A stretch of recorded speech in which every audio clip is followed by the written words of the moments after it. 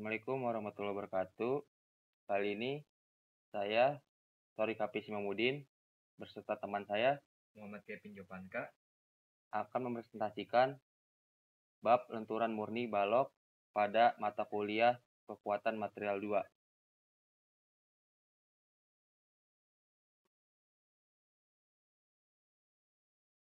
Pertama, asumsi dasar.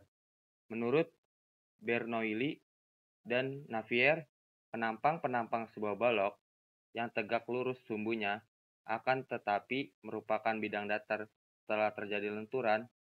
Selanjutnya, kita andaikan pula bahwa momen lentur mengandung sumbu simetri dan sumbu balok.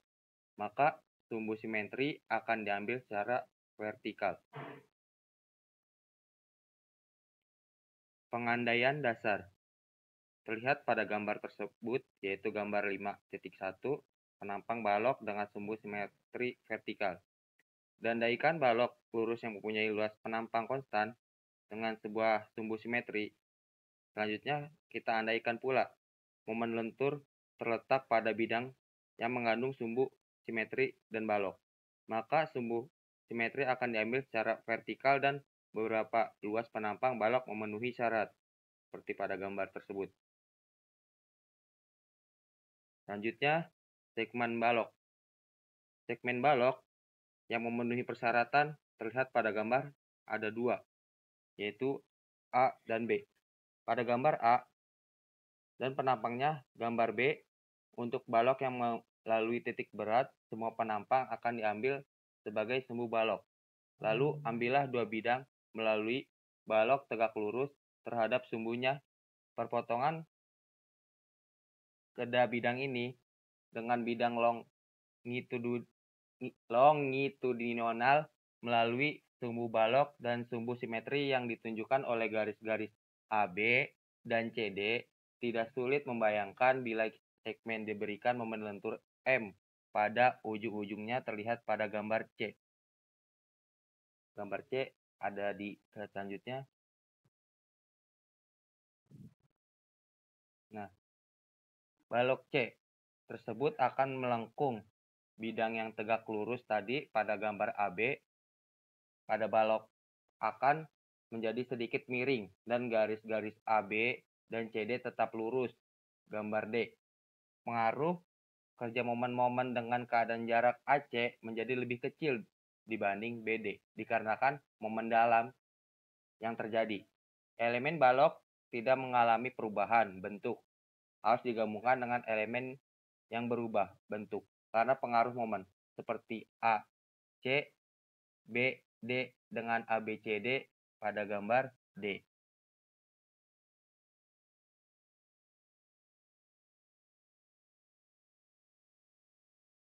Dari diagram ini terlihat bahwa serat balok sepanjang permukaan AB tidak berubah panjangnya. Serat-serat ini terletak dalam suatu permukaan yang disebut permukaan netral dari balok. Sekarang tinjaulah serat CD yang sejajar dengan permukaan netral dan berjarak Y sama dengan dari permukaan tersebut selama serat ini memuai sepanjang segitiga. Bila pemuaian dibagi dengan panjang serat mula L, maka akan kita peroleh regangan E dari serat.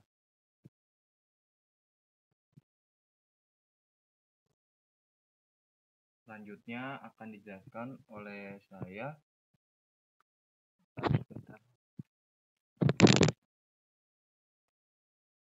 mengenai selanjutnya.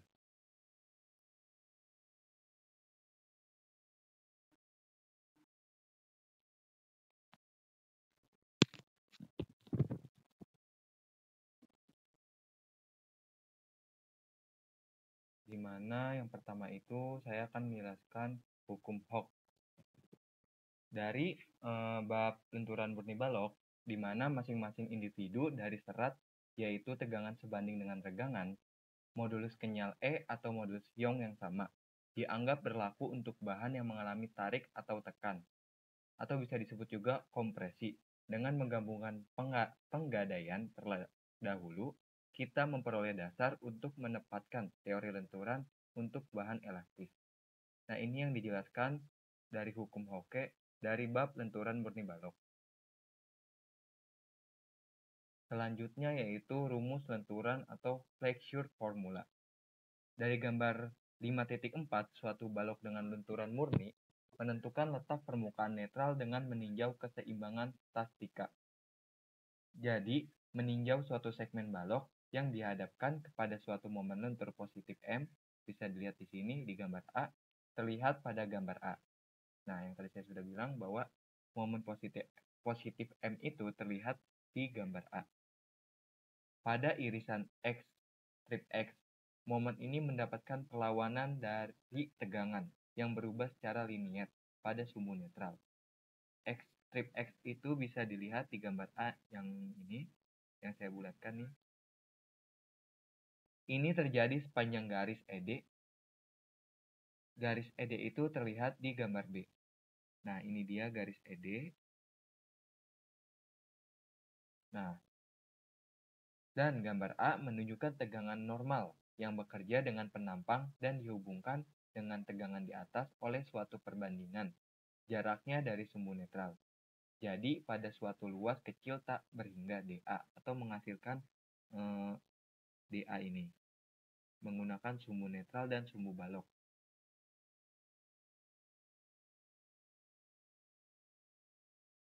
Selanjutnya yaitu teori lenturan bahan elastis. Dari gambar 5.3, distribusi tegangan pada irisan sebuah balok dalam melawan momen lentur. Nah, tegangan ini hasil dari perpanjangan atau penyusunan aksial dari berbagai serat dalam balok. Dan gambar A dan B menggambarkan hakikat dari distribusi tegangan dalam suatu balok melawan momen lentur. Jadi, gambar A dan B ini menggambarkan hakikat dari distribusi tegangan. Mempunyai dua skema alternatif, yaitu terlihat pada gambar C dan D. Nah, gambar C dan D ini merupakan skema alternatif setelah gambar A dan gambar B. Dalam gambar ini, atau dalam gambar C dan gambar D, merupakan bentuk yang biasanya untuk memperlihatkan distribusi tegangan lenturan pada irisan balok.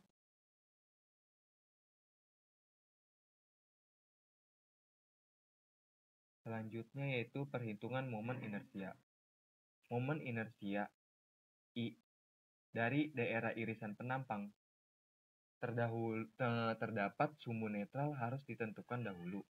Harga momen inersia ditentukan dengan integrasi Y kuadrat, ini tuh sebenarnya Y kuadrat dA terhadap seluruh luas irisan penampang batang, dan harus ditekankan bahwa momen inersia harus melalui titik berat daerah irisan penampang. Nah, dari perhitungan momen inersia, menurut pasal 5, strip 4, haruslah melalui titik berat daerah irisan penampang. Untuk irisan-irisan yang simetris, maka sumbu netral tersebut tegak lurus pada sumbu simetri. Sumbu seperti ini merupakan salah satu sumbu-sumbu utama atau principal axis dari daerah irisan penampang. Kebanyakan pembaca harus sudah mengenal metode penentuan momen inersia I. Jadi, untuk mengetahui penentuan momen inersia I, bisa dilihat dari pasal 5 strip 4. Selanjutnya yaitu ada gambar daerah yang diarsir dipergunakan untuk mendapatkan teorema sumbu sejajar. Nah, untuk mendapatkan momen inersia I pada suatu luas yang terdiri dari beberapa bentuk sederhana, maka diperlukan teorema sumbu sejajar, atau biasa disebut juga rumus perpindahan. Teorema dikembangkan sebagai berikut. Nah, dari rumus yang pertama ini, bisa kita ketahui mempunyai momen inersia I0 terhadap sumbu horizontal yang melalui titik berat, yaitu bisa dilihat, maksudnya bisa saya bicarakan I0 sama dengan integral Y kuadrat dA, di mana Y diukur dari suatu sumbu titik berat. Momen inersia IZZ dari daerah sumbu horizontal Z dan Z bisa didefinisikan sebagai berikut. Nah, selanjutnya di mana Y diukur dari sumbu yang melalui titik berat dan mengkuadratkan besaran-besaran dan menempatkan konstanta-konstanta keluar tanda integral. Nah, dari sini sudah keluar nih konstanta-konstanta integralnya melalui rumus ini. Nah, setelah rumus ini, ada rumus terakhir yaitu akan tetapi karena sumbu dari Y diukur melalui titik berat dari suatu luas, maka integral Y dA atau YA adalah 0. Nah, karena integral Y dA atau YA adalah 0, maka rumusnya berubah menjadi seperti ini. Atau bisa dibilang juga disederhanakan. Integral ZZ sama dengan integral O plus AD kuadrat.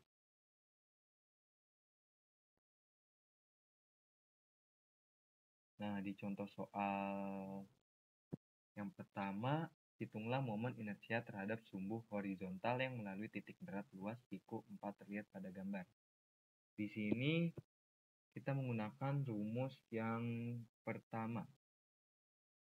IZZ sama dengan inersia 0 sama dengan integral A Y kuadrat dA. Nah, dari sini kita masukkan H per 2-nya, di atas itu plus dan di bawah itu minus. Y kuadrat B dy sama dengan B. Dari hasil tersebut, kita menemukan jawabannya yaitu BH 3 kuadrat per 12. Dengan cara lain atau dengan cara yang sama diperoleh IY sama dengan B3 kuadrat H per 12. Atau lebih jelasnya nanti akan dijelaskan pas lagi kita presentasi.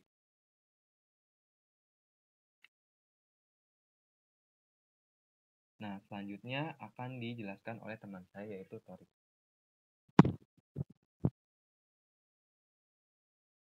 Kali ini itu catatan tentang rumus lenturan. Modulus irisan elastis dari suatu irisan dan dilapangkan S. Dengan notasi ini, maka persamaan menjadi, itu terlihat pada ini gambar, tegangan maksimal sama dengan MC per I sama dengan M per I per C. C-nya ini diubah menjadi di bawah. I per C itu dilambangkan sebagai S. Jadi rumusnya itu M per S. Atau dinyatakan secara lain, tegangan lentur maksimum sama dengan momen lentur per modulus irisan elastis. Yang ini dilambangkan M dan yang di bawah dilambangkan dengan S.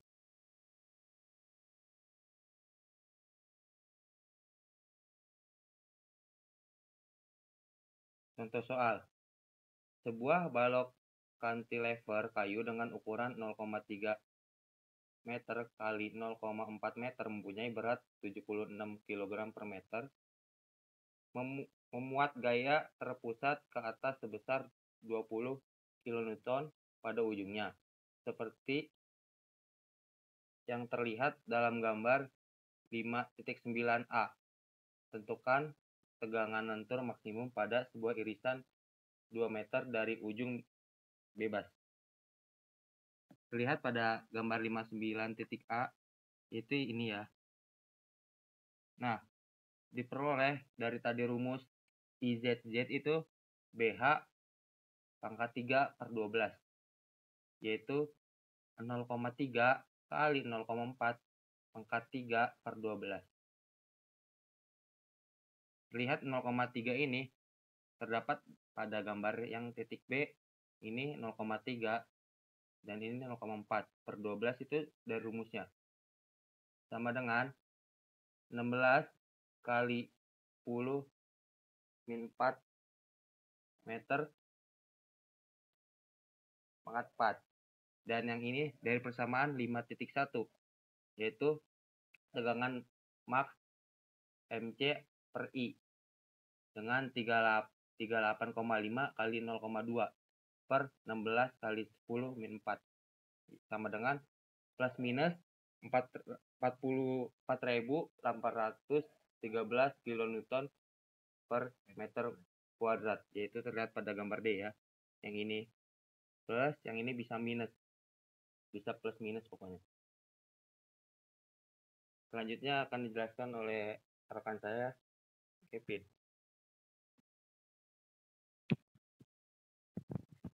Selanjutnya yaitu lenturan murni balok dengan irisan tak simetris, di mana lenturan murni dari balok elastis mempunyai sumbu simetri dan sumbu terpakai, diandaikan bekerja dalam bidang simetri. Batasan-batasan ini, meskipun berguna sekali dalam membentuk teori lentukan, atau termasuknya teori lenturan, rumus-rumus yang sama dapat dipergunakan untuk setiap balok yang mendapat lenturan murni. Asal saja momen lentur dilakukan pada bidang yang sejajar dengan sumbu utama daerah irisan penampang. Nah, rumusnya bisa dilihat di sini. M YY sama dengan integral A min Y per C tegangan maksimal dA Z sama dengan min tegangan maksimal per C integral A YZ dA. Selanjutnya yaitu lenturan tak elastis dari balok. Penggadaian kinetik dasar yang kita gunakan dalam teori lenturan sebagai diterangkan pada pasal 5 strip 3. Dari pasal 5 strip 3 menentukan irisan-irisan yang merupakan bidang datar melalui sebuah balok ditarik tegak lurus terhadap sumbunya adalah masih tetap merupakan bidang datar setelah balok tersebut mengalami lenturan. Nah, karena balok tersebut bekerja dalam lenturan murni, maka persamaan-persamaan statika yang sama akan dipergunakan di sini, seperti kita menggunakan dalam menentukan rumus lenturan elastis. Nah, ada dua macam hubungan yang dipergunakan seperti sebelumnya adalah sebagai berikut. Di sini ada rumusnya atau dua macam hubungan yang dipergunakan, yang dimana sigma fx sama dengan 0 atau integral A tegangan dA sama dengan 0, atau juga sigma mz sama dengan 0 atau min integral A tegangan YdA sama dengan M. Nah, jadi ada dua macam nih hubungan yang bisa digunakan sebagai berikut. Selanjutnya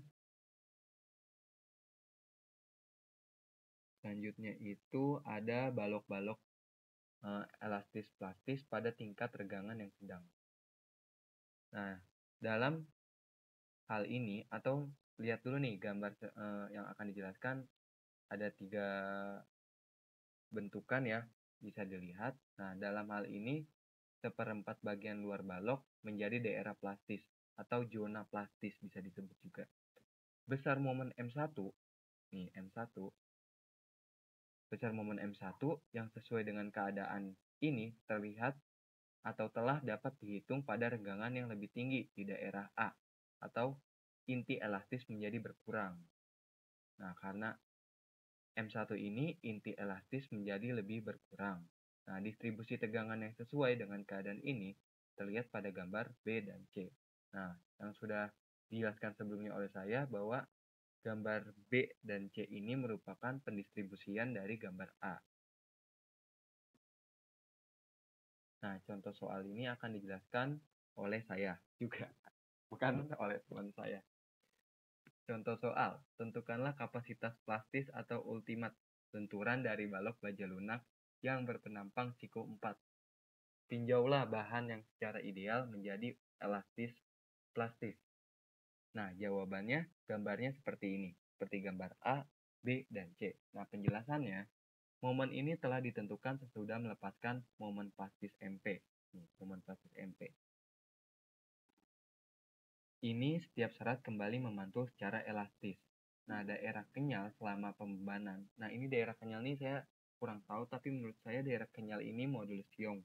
Selama pembebanan dilepaskan kembali 2 kali dari yang dapat terjadi pada permulaan. Oleh karena itu, sejak MYP atau MP dan momen yang dilepaskan adalah tegangan YP, bisa dilihat di gambar A dan B ini ada tegangan YP ya. Maka tegangan maksimum yang dihitung berdasarkan tindakan elastis adalah ini dia tegangan, atau bisa dilihat juga 3/2 tegangan YP. Ini harusnya ditulisnya 3/2 tegangan YP ya. Seperti terlihat pada gambar B. Nah, gambar B ini nih ya, yang saya bulat-bulatkan. Bulat-bulat. Dengan menggabungkan tegangan awal pada MP, nah, dengan menggabungkan tegangan awal pada MP, nih MP ini, dengan menggabungkan tegangan awal pada MP dengan tegangan memantul elastis yang disebabkan oleh pelepasan MP, maka kita peroleh tegangan residu, yaitu dalam gambar C. Nah, dari gambar A dan gambar B, kayak A sama dengan B atau gambar A sama dengan gambar B akan menghasilkan residu atau tegangan residu. Nah, kedua macam tegangan mikroresidu longitudinal, tarik dan tekan masih tinggal dalam balok, atau dari kedua macam tegangan tersebut itu masih tinggal dalam balok, itu dalam balok bergambar C. Nah, selanjutnya akan dijelaskan oleh teman saya, yaitu Torik.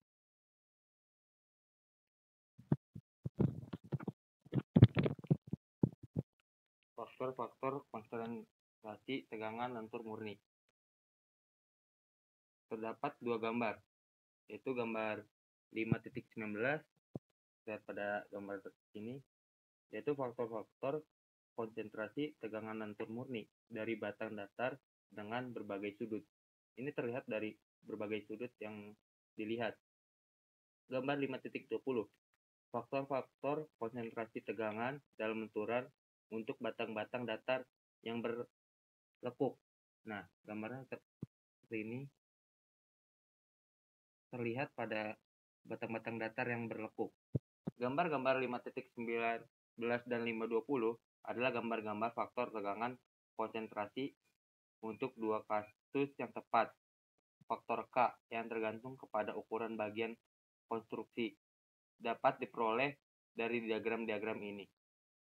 Penelahan grafik-grafik ini menunjukkan kecenderungan lengkungan sudut yang banyak dan menghilang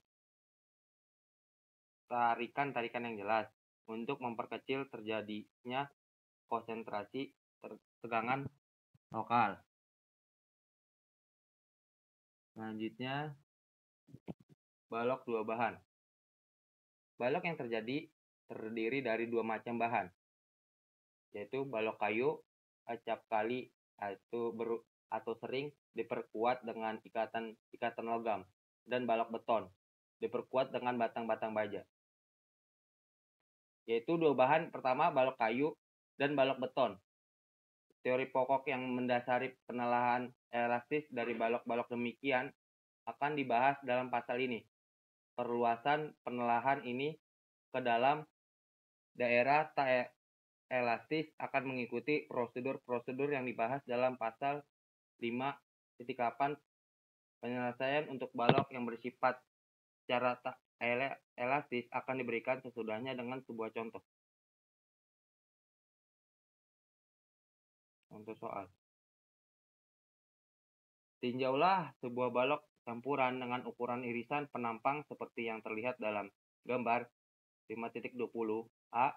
Bagian atas dengan ukuran 150 x 250 mm terdiri dari kayu dengan rumus EW sama dengan 10.000 MPa.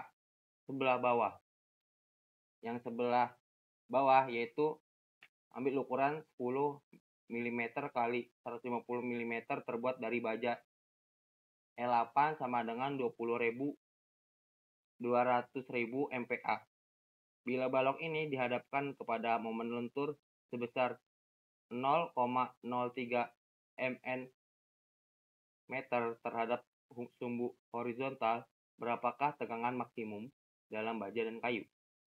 Lihat pada gambar 5.22, itu terdapat A, B, dan C bagiannya. Langsung jawaban.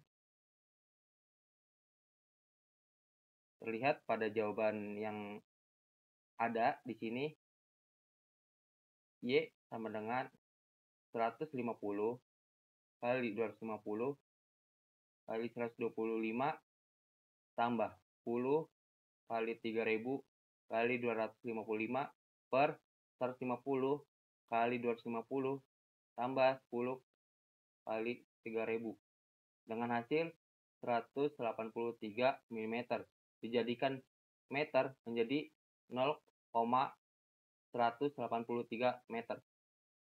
Yang kedua, IZZ sama dengan 150 kali 250 pangkat 3 per 12 ditambah 150 kali 250 kali 58 pangkat 2 ditambah 3000 kali 10 kali 3 per 12 ditambah 10 kali 3000 kali 72 pangkat 2 sama dengan 478 kali 10 pangkat 6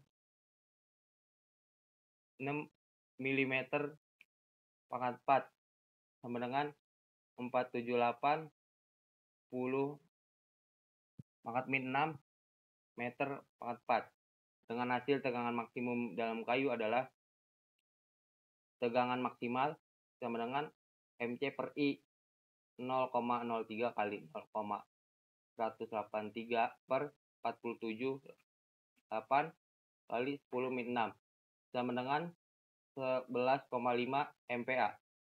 Tegangan maksimum dalam baja adalah tegangan S max, yaitu N max W sama dengan 20 0,03 kali 0,077 per 478 kali 10 min 6 sama dengan 96,5 MPa.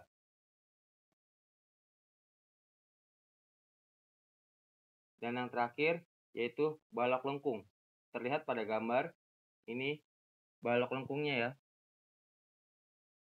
Terdapat bagian A, B, dan C.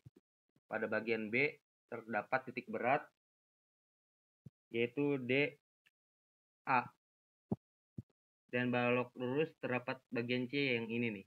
Balok lurusnya. Dah. Gambar A dan gambar B, serat luar berada pada jarak R0 dari pusat lengkungan 0. Serat pada permukaan sebelah dalam batang berjarak RI dari titik 0. Jarak dari 0 ke sumbu titik berat adalah R min. Pemecahan soal ini sekali lagi didasarkan kepada anggapan yang kita kenal. Irisan-irisan tegak lurus pada sumbu balok akan tetap berbentuk bidang datar setelah momen lentur M berlaku. Hal ini secara diagramatik dinyatakan oleh garis EF dalam hubungan dengan suatu elemen pada balok ABED. Elemen tersebut ditentukan oleh sudut pusat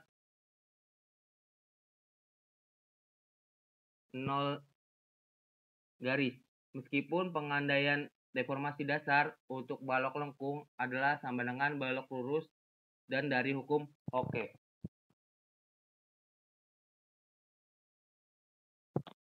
Nah, terima kasih dari materi yang telah kami jelaskan. Mohon maaf jika ada salah-salah kata. Saya Muhammad Kevin Jopanka dan teman saya Torik Hafiz Mamudin.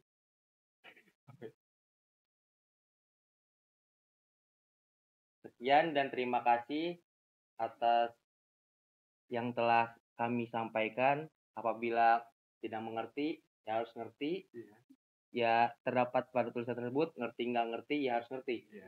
Sekian, terima kasih. Wassalamualaikum warahmatullahi wabarakatuh.